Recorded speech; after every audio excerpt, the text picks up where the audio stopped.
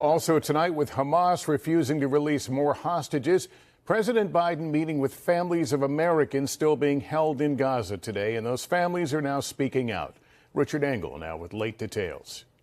Families of American hostages met President Biden behind closed doors in the White House in person for the first time.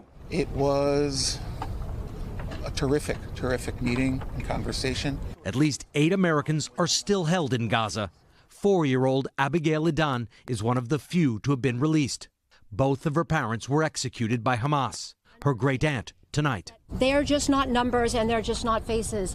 They are sons. They are sons. They are grandparents. They are mothers.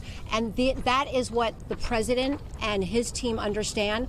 In a statement, the group saying they asked the president to do everything in his power to negotiate a swift and total release of the remaining hostages. 24 hours after President Biden's rebuke of what he called Israel's indiscriminate bombing in Gaza and an overwhelming UN vote calling for a ceasefire, Prime Minister Benjamin Netanyahu saying Israel will press on with its campaign against Hamas, telling Israeli soldiers, in the face of international pressure, nothing will stop us.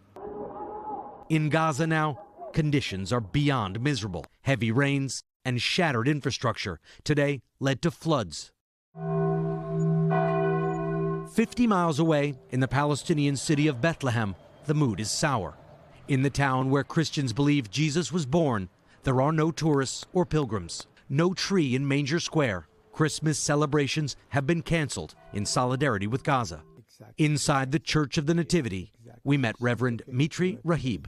When you bring your gifts, think of the people in Gaza who are starving today.